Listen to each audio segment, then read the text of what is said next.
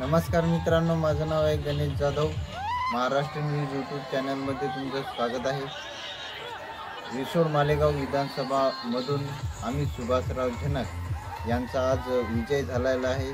6136 मतांनी त्यांचा विजय झालेला आहे। आज त्यांना टोटल मतं मिळाले आहेत। आम्ही सुभाषराव जनक यांना 76,809 मतं मिळाले आणि अनंतराव देशमुख यांना 70,673 मतं मिळाले। नंतर भावनाताई यांना 60,693 मतं मिळाले आणि 6136 मतांनी आम्ही सुभाषराव जनक यांचा विजय झालेला आहे।